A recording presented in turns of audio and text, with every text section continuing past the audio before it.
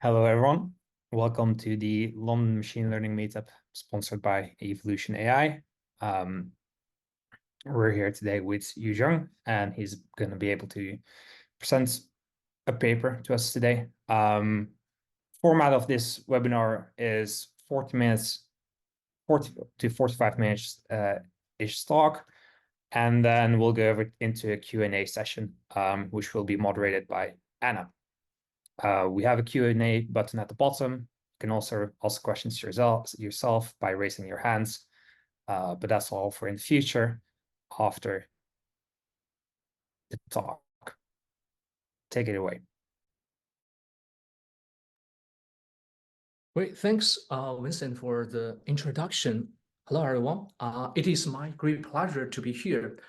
Today, I will talk about some of our effort towards bridging generative AI and discriminative AI in the context of open world. As we know, generative AI has emerged as a new wave following discriminative AI. The community has developed various types of powerful generative models, such as large language models, LLMs, visual diffusion models, and vision language models, to name a few. They are able to create impressive text, code, images, 3D scenes, and even videos. Along this line, our group has also developed a series of works that advance generative models to perform high-fidelity generation in the 3D and even 4D world. For example, our neural editor work integrates the explicit representation of point clouds into the implicit scene representation of neural radiance field nerve, therefore achieving human-guided shape editing by directly manipulating the underlying point clouds. Our approach renders high-quality results in both shape deformation and challenge scene morphing tasks.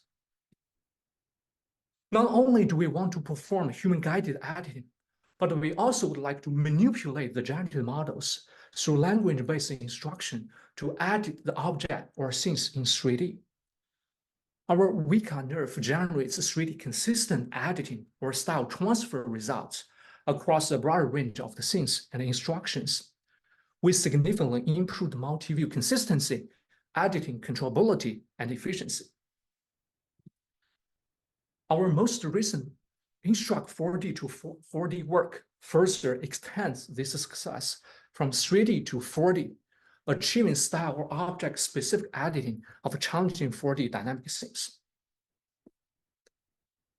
But creating alone isn't the ultimate goal. What we need is to understand and take actions in the world through the generation process. So, what is missing when integrating generative AI in the real world, which is inherently open and dynamic, with never before seen objects, concept, and scenario continually emerging? How can generative models aid in enhancing our comprehension and decision-making processes with such an open-ended environment?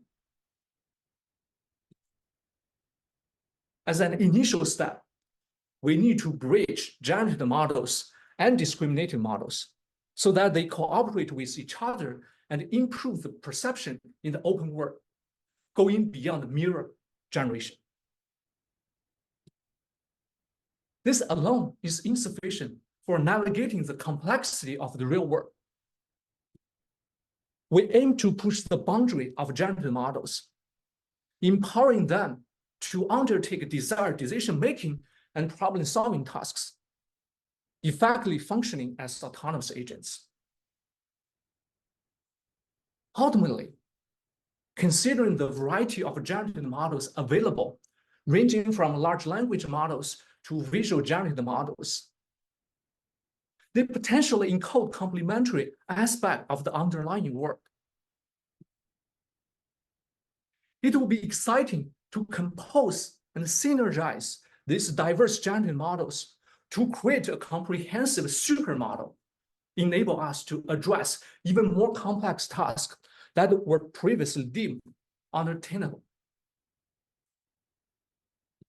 In this talk, I will discuss some of our group's efforts in pursuit of this research objective, unifying generative and discriminative models, as well as their diverse capabilities and the different variants.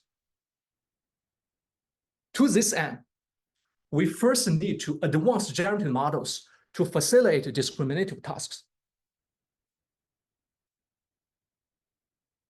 One straightforward strategy you may think of is to treat the generative model as the data engine and use the synthesized data for data augmentation.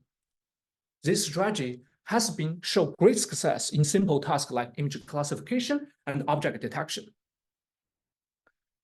Our work demonstrates the effectiveness of this strategy in dealing with challenging pixel-level dense perception tasks, for which the model needs to estimate semantic labels, depths, or surface normals for each pixel in an image. We achieve this by extending either nerve or diffusion model to synthesize not only RGB images, but also a variety of scene properties simultaneously, including semantic labels, surface normals, shading edge, and key points, which are crucial to 3D scene understanding. The experimental result in this plot show that our synthesized data greatly boosts the performance on top of the state-of-the-art baselines for various dense visual perception tasks. Our recent work, iTrend-diff, moves a step further and shows that synthetic data are also helpful for more complicated reinforcement learning tasks. We introduced a diffusion model, iTrend-diff, to generate full synthetic trajectories based on the given initial state and the task prompt. As illustrated in this figure, given the initial state and the task, turn on the light, our synthesizer generates the corresponding trajectory of turning on the light. Intuitively, we can decouple our RL method into two parts, the replay buffer and the learning algorithm. So we modify the original replay buffer with iTrend-diff. In our modified replay buffer, we store the original samples in one replay buffer, and we store the synthesized sample in another replay buffer. And we randomly get samples from both buffers. Since our iTrend-diff only affects the replay buffer without the need for changing the RL learning algorithm, our approach can be applied to any RL method with a replay buffer.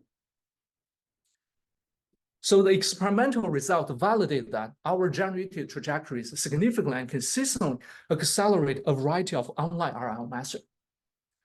The right plot shows that there is noticeable performance gain when introducing our iTrend-diff into the RL method, such as SAC, RLPD, and parrot. The left video shows the strength of our method, especially in complicated environments where RLPD fails midway and doesn't complete the task. And RLPD with our iTrend-diff substantially improves the performance. So we have shown the effectiveness of using visual generative models like diffusion models to synthesize additional useful data and facilitate the learning of discriminative models and the tasks. This indicates that generative models have in fact encoded useful feature representations. Therefore, an even simpler approach emerges, where generative models are directly utilized to extract pre-learned representations without the need for additional data synthesis procedures. While it is intuitive, right, to assume that a visual generative model would likely offer valuable representations for visual perception tasks, our recent work delves into a more intriguing question. Can linguistic generative models, such as LLMs, provide useful representations for visual perception? Since the emergence of LLMs, they are mostly used as encoders for language or decoders for tokenized output. On the other hand, due to their training on massive data, LLM encodes a vast amount of knowledge, capturing high-level and abstract understanding of the world. Then our intuition is that the knowledge within LLM can directly benefit representation learning of another modality.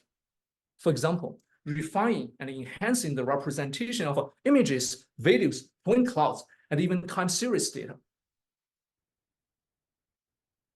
Along this line, we discovered that a single frozen transformer from LM can be an effective encoder layer for visual tasks. Our approach is quite simple. Directly appending a frozen single transformer block from LM, such as a last layer from Llama, after the original encoder layers of visual tasks.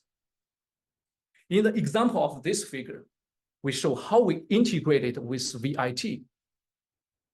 First, we use the original patch embedding and self-attention blocks from VIT. Then we add a frozen LM transformer after such encoder layers. To align the different feature dimensions, we employ two linear layers. The output from the second linear layer is an enhanced visual representation. So our approach is as simple as this. Despite its simplicity, this paradigm is generalizable to a wide range of modalities, including 2D images, video, 3D point cloud, non-semantic time series, and various tasks such as image classification, point cloud classification, action recognition, and motion forecasting. When language is involved, our LM as encoder also benefits of multi-model fusion and improves both 2D and 3D vision language tasks.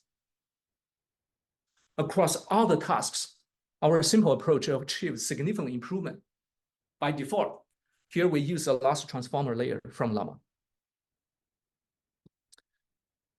As for our design choices, a critical analysis is that we first remove the LM transformer while keeping the same number of trainable parameters, which is the plus MLP entry in the left table. However, the performance improvement is not as large as using the frozen pre-trained LM block. Therefore, the observed improvement for visual encoding is not merely the result of larger capacities.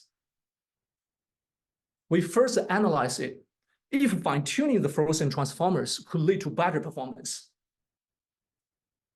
Based on our observation of image classification, full fine-tuning even leads to a performance drop because of overfitting to the training set, which is the Llama FT entry in the right table. This indicates the challenges of training huge transformers, and we stick to the frozen blocks for simplicity. We further find that our discovery is applicable to various LMs and layers. For example, here, we use another type of LM called OPT, which is kind of an early ML compared with Llama. In the left figure, we use different layers of OPT for image classification. We observe that not just the final layer of Llama can improve the performance, but also the final few layers of OPT. From our experiments, we also discovered that the last few layers of LMs are uniformly helpful, while the beginning few layers are not so effective. This is actually reasonable from the training of LMs. The first few layers are converting words to embeddings, while the later layers conduct high-level recognition and reasoning. We additionally use different scales OPT with their final transformer block. As shown in the right table, the improvement of LM for visual encoding only emerges at LMs with sufficient skills. So why pre-trained transformers in LM have such effects on visual tasks? What is the underlying mechanism? Our proposition is the information filtering hypothesis, which is derived from our observation of the feature activations. This explains how a frozen LM transformer actually improves the representation learning ability on visual tasks. Specifically, we visualize the feature activation in terms of either magnitudes or frequencies. Surprisingly, the models trained with the frozen LM transformer exhibit the emergent tendency of segmenting foreground object. For example, as shown here, the bird is more clearly shown on the activation in either frequency or magnitudes. This is surprising, since the segmentation ability only appears on self-supervised VITs like Dino before. Encouraged by this behavior, we formulate our hypothesis as frozen LLM benefits from distinguishing and amplifying informative tokens, as illustrated in the figure. As a side note, we are not totally clear about which layer actually, LLM attention or LLM FNN, plays a bigger role, as well as whether magnitude or frequency is more prominent.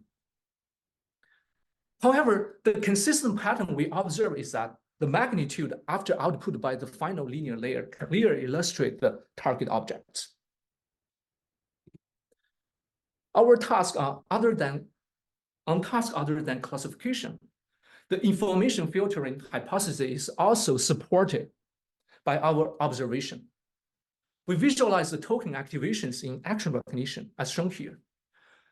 Please note that video tokens are activated jointly off the frames, and every video token is a cube covering 2 frames and image patches at 16 by 16. As in the low threshold row, the model with llama focuses to the foreground with less noise. Moreover, the high threshold row illustrates the most focused frame to show the temporal selection ability of models. After ending llama, the model has significantly larger activation on the frames with actual manipulation movement and hand-object interaction. Let's take a further look at an example that we find really interesting. It is a 3D vision language task called situational QA, where an embodied agent even given a position and a question to answer. In the presented example, the situation is I'm standing in front of the table and facing trash can. And the agent has to understand its location and facing like the green arrow. The question then is, how many chairs are at the table behind me? What we visualize here are the activation of the set points from the point cloud, where a brighter color indicates a larger activation. We can clearly observe that ending llama enables a sharper activation, especially for locations behind the agent, which is consistent with the situation.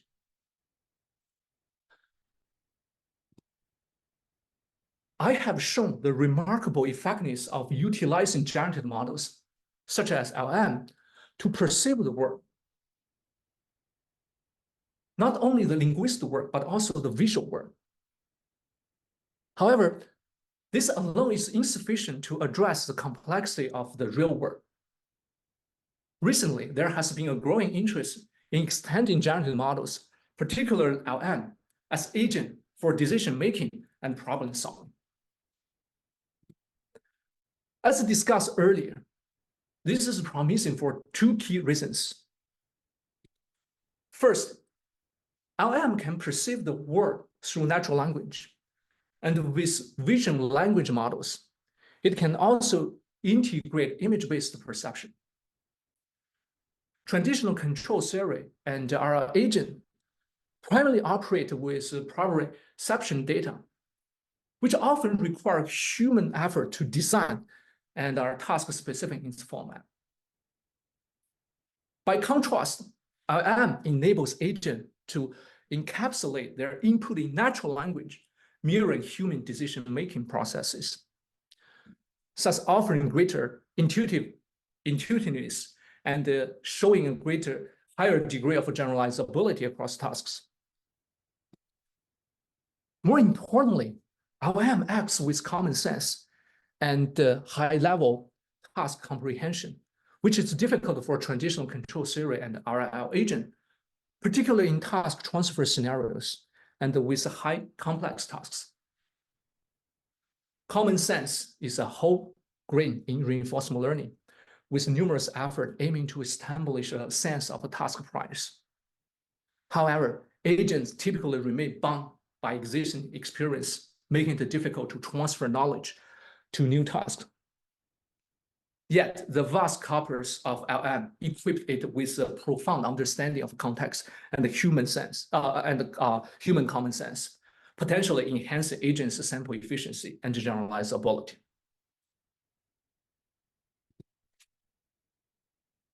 To achieve such operational agent, several essential capabilities are required, including internal reasoning, external decision-making or acting, and planning. There are existing methods that have focused on specific capabilities. As a foundation to many follow-up works, chain of thought COT is introduced for reasoning, which guides LM to think step by step and provide a justification for the answer.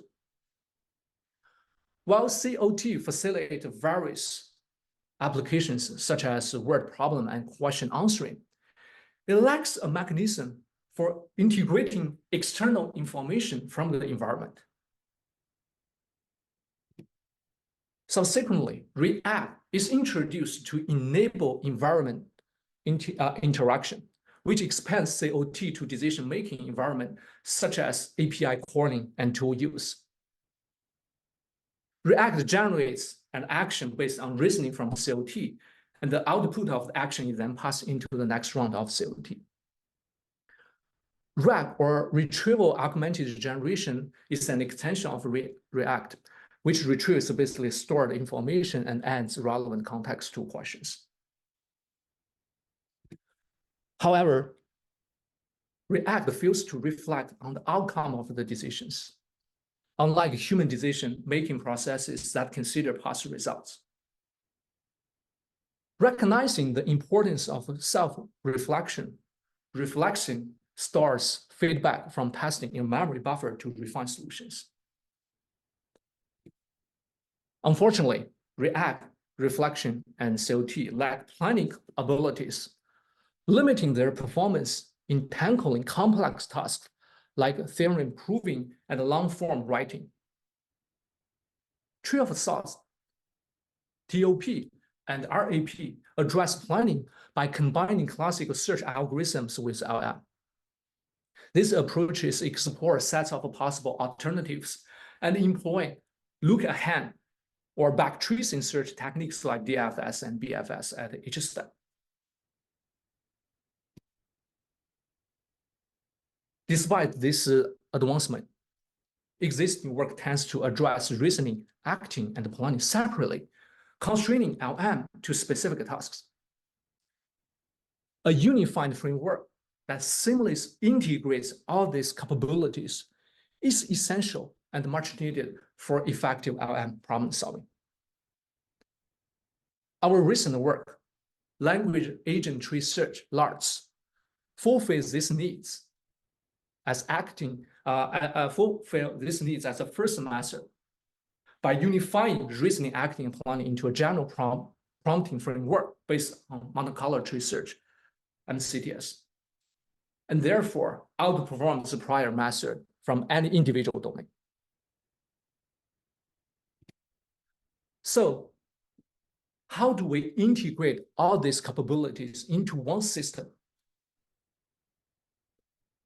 Well, to do so, we improve upon the tree of thought with the 4 steps.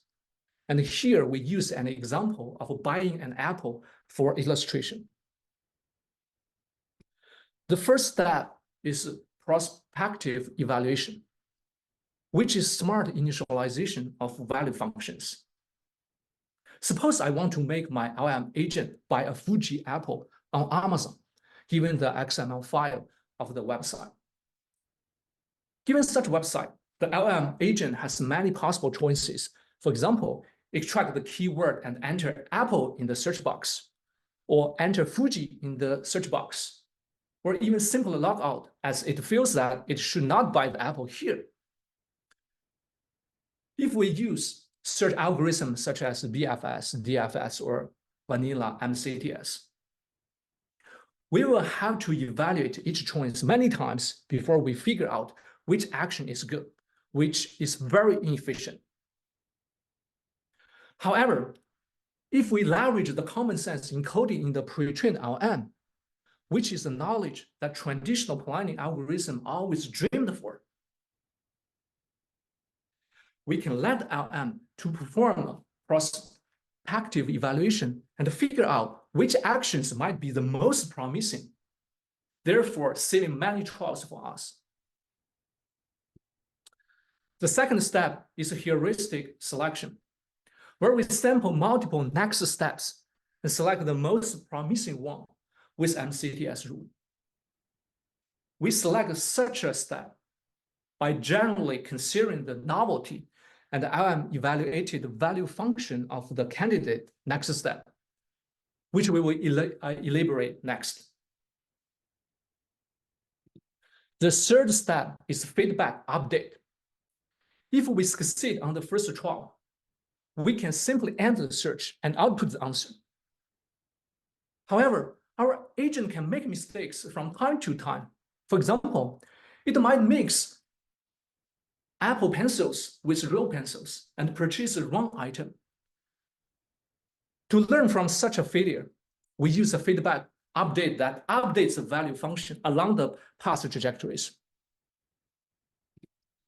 The last step is self-reflection, where we fully leverage LM's comprehension ability to let it self-generate instructions on how to do better for the next trial. For example, it figures out that it shouldn't mix up Apple electronics with real apples, which will go into next trial as part of the prompt. Now, I will illustrate in detail how our proposed solution works with the example of buying Apple on Amazon. The trial always starts at root S0, which contains prompt that describe the problem to address and optionally ask examples of how to solve similar problems. On S0, we will try several possible next steps as candidates for our next step of searching. Using React prompt, we sample some thoughts and actions from the LM and fit the action into the environment to get corresponding feedback. For example, possible child nodes could be searching for Apple, searching for Fuji, and logout.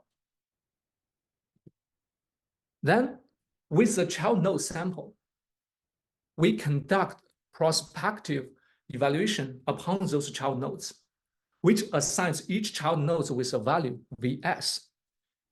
VS contains two parts. The yellow part is initialized by LM, and the red part is a heuristic reward, which is a heuristic self-consistent reward. If actions sampled multiple times at the same state, then the sampled state tend to be more accurate and promising. Note that such a design is only for initialization of the value function, which will be updated later with feedback. As we have calculated the VS for all child nodes, we next calculate the upper confidence bound applied to the tree UCT value of MCTS and choose a node with the highest UCT values for the next step. The UCT value is the sum of two parts. The first part is VS, and the second part is the weight constant, W times the term that encourage exploration, where NP is the number of visits to the parent node during the algorithm, and NS is the number of visits to the child node. For newly sampled node, it is 1. So in this example, all 3 nodes are newly sampled, and thus the second term doesn't matter.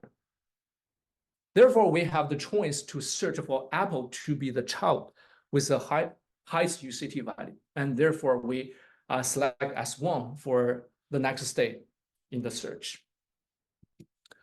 As you can see, now we repeat the process as if S1 is the root and sample new child nodes, such as select Apple Pencil and Apple Comics as an item to purchase.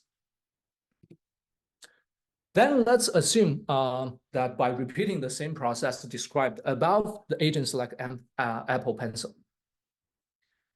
and then choose to buy it. However, since it is not the correct item to buy, we fail in this trial and hence get a reward of 0. With this reward of 0, we now conduct a feedback update, where we update the value function vs all the way back to the root from S6 to S4 and S1. We maintain the empirical average return in this subtree. And since we haven't done any trials before, the current average return is 0, which is updated along the chain. Finally, we conduct self-reflection to leverage the comprehension ability of LLM, which takes the parse experience and condenses it to a brief summary of what should be taken care of in our next trial. Such a summary will be part of the prompt in the root node for our next trial. With this reflection ended, we start the second trial, right? Note that this time, our sample focuses on an improved action that hasn't been explored in the last trial, which is to search Fuji apple together, right? Instead of using only one phrase. And therefore, it gets high consistent reward. Assume that we select this improved action as the next node, then we have the trajectory to lead to buying the track item. By doing so, we get the feedback of successfully completing the task, and thus ending our algorithm with S0, S8, S9 as our final output. To sum up, in LARS, an external environment enhances both reasoning and planning by grounding to the real-world conditions. Reasoning improves acting by organizing feedback and context. And the planning as a search over acting trajectories introduces global decision-makings. Notably, our approach is adaptable to reasoning and decision-making tasks by defining a shared state space of actions, thoughts, and observations. Therefore, LARS substantially outperform prior methods across diverse tasks, establishing itself as a leading approach in LLM agent learning. So we start the evaluation with reasoning task. For example, Game of 24 is a game which tests mathematical reasoning and is a difficult internal reasoning task for LLM. The goal is to construct 24 out of 4 numbers, only using basic operations.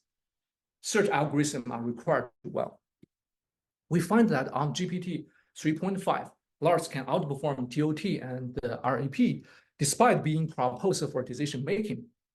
Even without external feedback, our value function is better. This shows that self-consistency is a very useful heuristic, especially for reasoning-based tasks. Hotpot QA is a question-answering task that requires information from multiple documents. We consider both a reasoning setup, which reflects the original task, as well as a decision-making setup, where the agent can also use 3 APIs to retrieve information from Wikipedia. In the standard setup, we show that LARS can outperform prior method. Without external feedback, LARS functions similar to RAP, but has better heuristic. LARS also has a larger improvement in the decision-making setup. The highest performance is from using both reasoning-based and decision-making prompts. We also consider programming, which is a difficult reasoning task. We evaluate human eval and MBPP, which evaluate code generation from natural language specification. We use a decision-making design, where the agent can also use compiler feedback. On human eval, LARS outperformed prior method on GPT 3.5 and GPT-4. On GPT-4, LARS set state-of-art with 94.4 pass at 1 rate. Finally, we consider complex decision-making task, web navigation on web shop. Agent must follow instruction to buy a specific item on an online shopping simulator. LARS outperforms state-of-art on both scores, which evaluates average correctness and the successful rate. Here, we also conduct a cost analysis, right? As expected, planning frameworks like LARS have a trade-off between performance and cost. We find that although LARS is more expensive than simple sampling compared to DFS or RAP search, LARS is cheaper. This is because LARS search is more effective, so the solution can be found with less node expansion.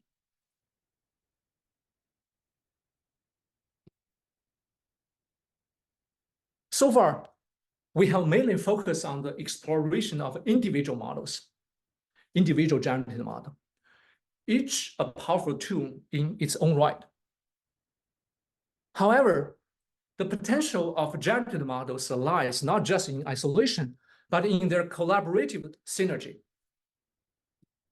Can we compose and synergize LLMs and other generative models while each model illuminates different aspects of the work?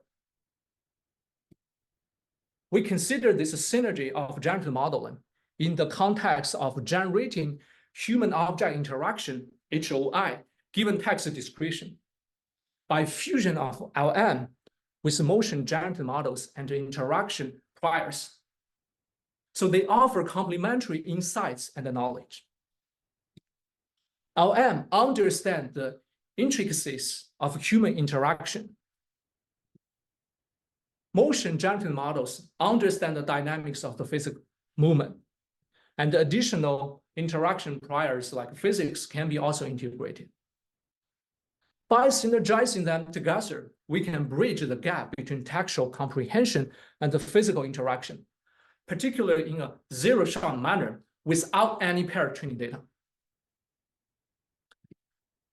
More specifically, our task is defined as, given a text description of a human-object interaction, we want to generate an interaction sequence shown here that aligns with the textual guidance. In existing method used to generate human-object interactions, a skeleton representation is often employed. But this fails to truly capture nuanced real-world contact between the skin and the object. While the field of interaction synthesis has evolved to incorporate skin meshes, much of the existing research remains constrained. Typically, it centers around actions such as approaching and grasping static objects or sitting on static chair.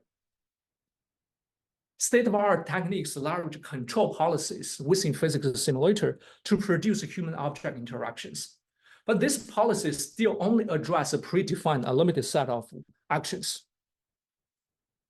Our previous work aimed to address real-world complexities, such as the vast variability in objects and actions. However, the generation requires the foremost interaction sequence as a condition and randomly predict the future sequences. Therefore, building upon this, we introduce the controllability in human-object interaction generation through the language guidance.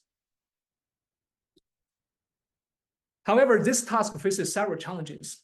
The first is the complex properties of objects, including various shapes, as well as diverse motion patterns subject to internal physics characteristic of object, and the intertwining of the dynamics of both the whole body and object and their shapes. For example, the body needs to fit on the surface of an object during interaction and driving the object to move. But these are not the most difficult and fatal problem. The crucial thing is that we only have a very limited amount of 3D HOI data, and we don't even have any aligned textual description publicly available. This leads us to question whether it is feasible to learn text condition HOI generation in the absence of paired data. To address these questions and challenges, as discussed earlier, our key insight is to leverage a variety of prior knowledge through generative models, not dependent on text interaction pair dataset. And importantly, such knowledge can be individually harnessed and ultimately composed due to the fact that semantics and the physics can be decoupled in human-object interactions. That is, interaction semantics can be shaped by human motion and the initial object pose. In contrast, the subsequent behavior of the object is driven by forces applied by the human under the laws of physics. To acquire such knowledge, we integrate the information of interaction semantics from large-scale text motion pair data, which is available, and a large language model to provide understanding of the interactions. And the physics is accomplished by learning from HOI data integrated with the physics prior knowledge. More specifically, we propose the interdreamer formulated as an MDP, right? We tokenize human and object dynamics into actions and state. Upon such an MDP setup, our framework starts with high-level planning, which, given the textual interaction description, deciphers the detailed context. As shown in this example, we refer to the answers provided by LLM by extracting the object category, understanding the body parts involved in the interaction, and providing a modified description. So it narrows the vast range of possible interactions into a more manageable distribution within capability of our framework. We utilize the few-shot prompting and chain-of-thought prompting to enhance the in-context learning capability of the LLM. The low-level control aims to create the initial state and the sequence of the human actions, such that they correspond with the information derived from the high-level planning. Here, we first have the text-to-motion model, which is pre-trained to generate the actions based on the rephrased text, and the interaction retrieval set up an initial state. The key to retrieval is the information provided by the high-level planning in the previous step, and the output is a contact map that can lead to an object initial pose. And finally, with the initial state and iterative generated action from the low-level control, the word model simulates state transitions affected by applied actions. A naive method would be directly taking the wrong actions as a condition, which, however, suffers from the severe generalization problem during inference. So the dynamic model is likely to encounter some human actions that don't exist in the training set. So we model the interactions from the contact vertices on the object. The locality ensures that the dynamic models focus on the interactions in the contact region without being distracted by the motion of the body parts that are irrelevant to the object. The dynamics model is the only component that needs to be trained in our framework. This is very important. For qualitative result, we observe that our approach interdreamer is able to yield plausible interaction.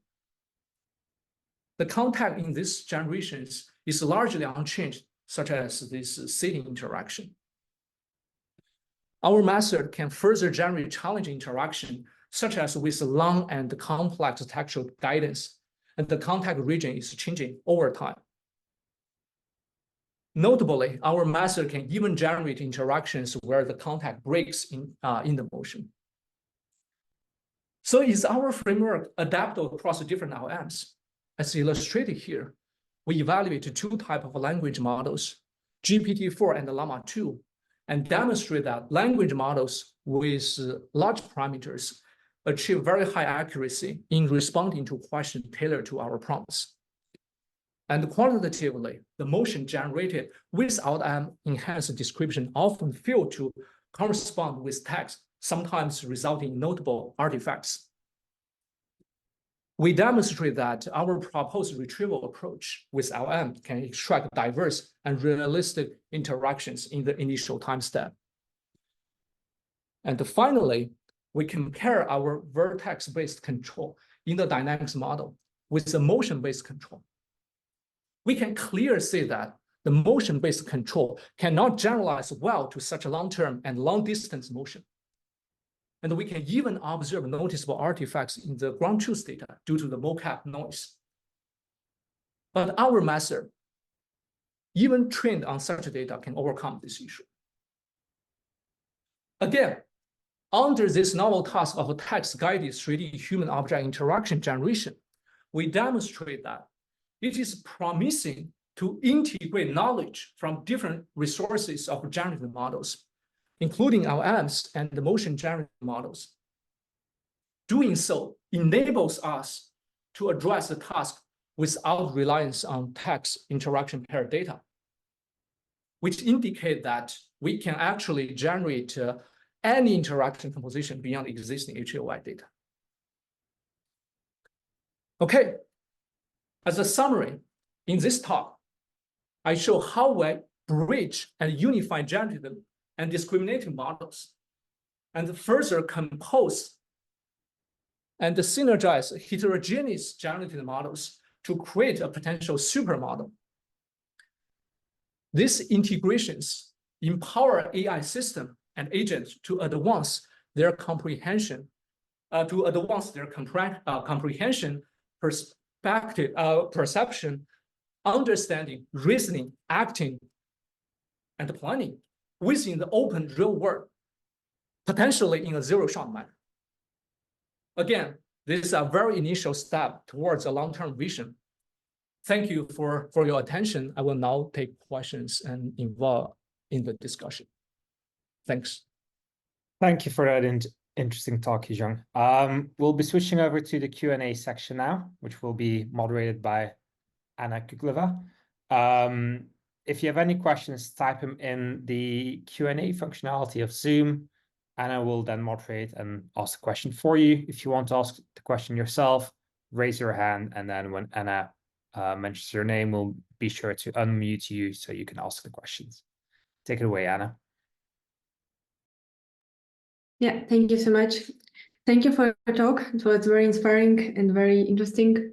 And actually, James have already several questions and in the chat, and he raised the hand. Maybe he can unmute himself and go ahead.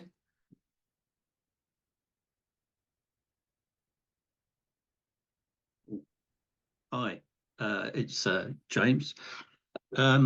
Yeah, I'm very interested in what you're doing. The first question was, I wondered whether or not you're using ROS and Gazebo for doing your robotic visualizations, and if so, are you using URDF and SDF? Thanks, James, for the question. So you are asking the visualization tools we are using. Yeah. For which part? The robotic arms and people sort of wandering around and stuff. Oh yes, we don't use that advanced tool. We just simply visualize the frames and compose a video. We can, of course, use better tools to do the visualization. Okay, right, sure. The other bit was I'm interested in a similar thing was in scaling the work that you're doing, that I'm interested in a particular set of words that are very much to do with meaning understanding and the sort of the birth of consciousness. So there are 65 words that allow a creation of understanding, and those need to be understood by physical processes, like words like this and so on. So the basis of that would be to use process-orientated discrete event simulation that's component-based, so you can componentize the discriminations that you've come up with as part of a tool set to then allow the recognition of conversion of observations into words. So the process of observing something, you then be able to convert these observations into concepts such as this, someone, touched, and contact, and then wrap that up into concepts of what. So I wonder whether that was something that you would be interested in talking about perhaps afterwards. So this is more relevant, I assume, the last part, when we synthesize human motion and human object interaction. Yes, that's right. Yes. Yeah. So we haven't used this oriented discrete event simulation so far. So I think this is a very great idea and potential future direction. So here the key idea is we want to move actually the first step, which tries to decouple the semantics, mainly encoded from LLMs and the physics, And here, the way we model physics is a bit simple, right? So we have some kind of initial data set, right? So we're trying to learn this kind of word model, right? Trying to do that so it can sort of encode some physics. But we found that actually if you check the visualization, the physics is not fully guaranteed. There are still very noticeable artifacts. So for example, some kind of not reasonable contact, right? So even penetration, something like that, which is difficult in our current modeling.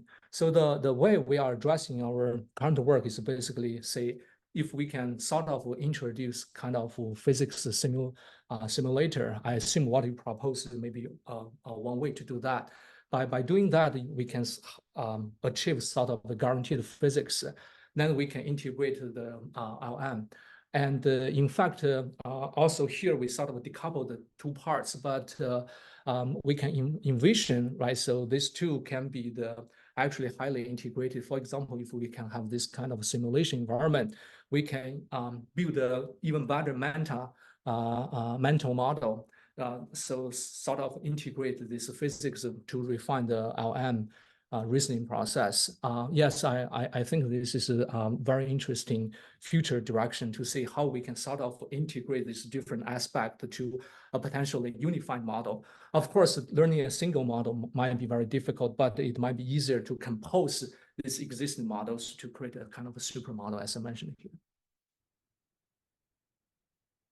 Thanks for your question.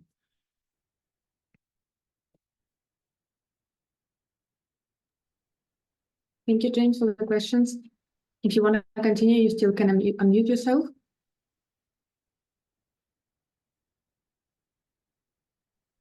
Yeah, I'd been working on a prototype actually for doing this sort of thing, or for a while. So yeah, if we could chat afterwards at some point, that would be really helpful. Thanks. Yeah, definitely. I'm very happy to follow up to discuss more about this kind of simulation and how we can leverage them. Thanks. Is there any other questions from the audience? So if not, I actually have also a couple of questions from my side. So you're using in many of your recent works, you usually use some LLM-based reasoning, right? And so the question is on a high level, what kind of limitations and obstacles did you meet while using the LLM pre-trained with different sizes? There, like, because for different tasks, I would assume there are different parts which might not work yet, still not at this level. So maybe you can have some intuition and you can elaborate on this direction. Yeah, thanks, Anna, for this great question. I would like to address this question from two aspects. One is more from the high level. The other is more like the implementation level. From a high level, so you see the various topics and problems we have addressed, right? So what we are trying to do and what we are interested in is trying to how we can embed LLM into the real world, the real physics world, the real 4D world, right? So this is non-trivial because LLM, right? So has been trained mainly on the linguistic data, right? Without it accesses some knowledge of the word, but not the full, in a full level. So this actually brings the limitation and the challenge, and I would say even more potential promising future directions. How you can sort of leverage the capability of LLM, right? To encode it and embed it into the system while address the limitation of LLM. So which can sort of really understand the 4D world, the physics world. That's why we bring into this additional knowledge, additional generative models, rather than just a pure LLM.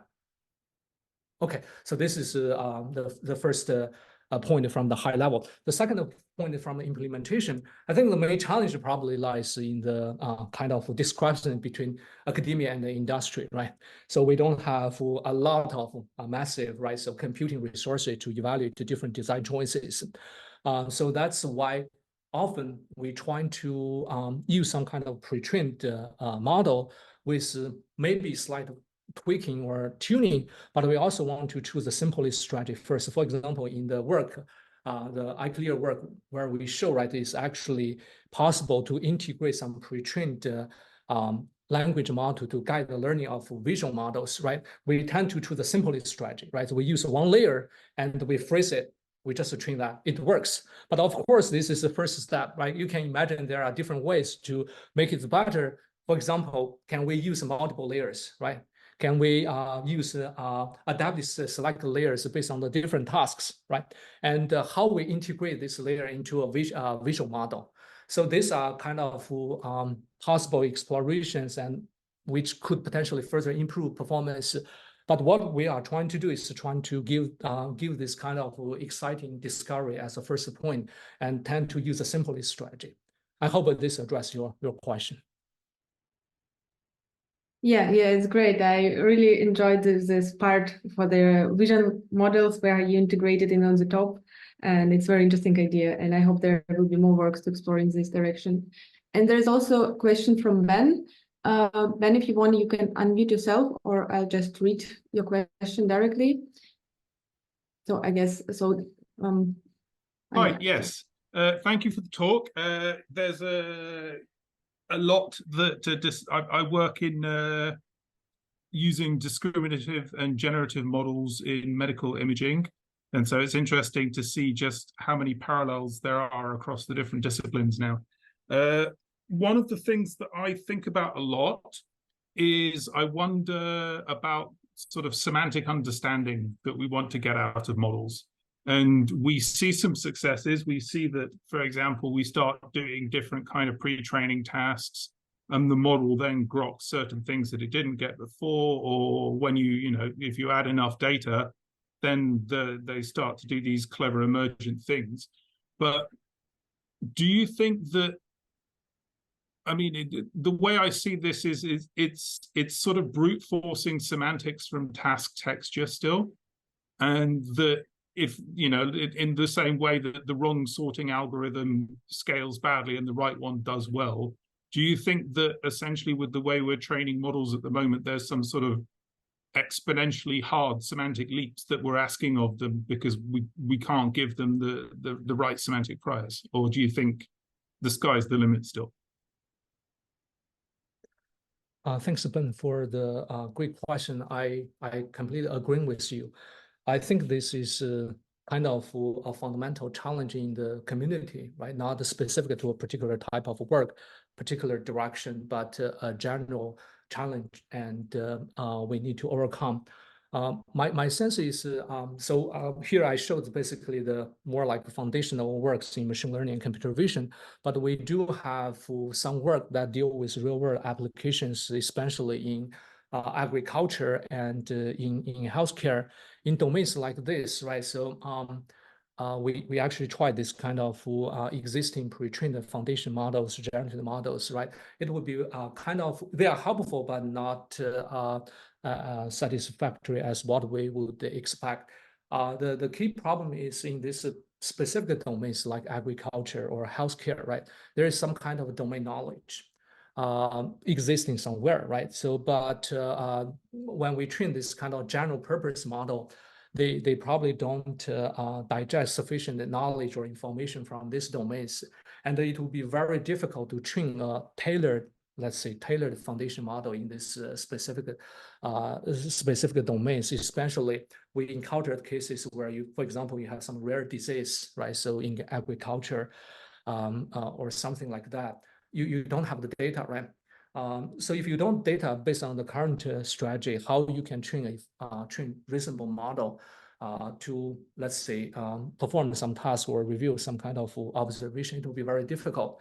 I think one potential strategy, in addition to scaling a particular type of model, right? So, and growing to, as what I've been doing, maybe another interesting strategy, as this is what I'm trying to convey in the talk, is we can kind of compose and synergize the different type of models. Of course, here we focus mainly these generative models, maybe large models, but we can also leverage some existing specialized shallow models, right? So by unifying all this and maybe using LM as a central controller or central interface, we are able to sort of mitigate the issue from a particular model and generate some kind of complementary knowledge and work collaboratively to improve a particular downstream task. So that would be my sense. But again, I think this is kind of foundational challenge. It's unclear, right? How we should move forward beyond simply scaling the composition and the synergy across the different models, including general purpose and specialized model, might be one way to move forward.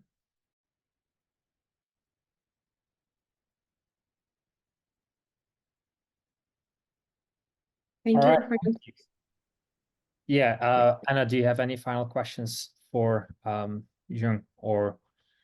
No, I think already everything I got covered, and thank you for your answers. It was really delightful. All right. Thank you both of you for coming to the webinar and helping me host this and talk a bit more about your work as well. As per usual, every single one of these will be uploaded to YouTube. So feel free to search for our channel, London Machine Learning Meetup, and subscribe so you're always up to date. And once again, thank you to Anna, Yuxiong, and our sponsor as well, Evolution AI, for this webinar. Thank you all. Yeah, thanks a lot again, Vincent and Evolution AI for having me here. And thanks everyone for the great discussion. Yeah, I'm looking forward to follow up offline.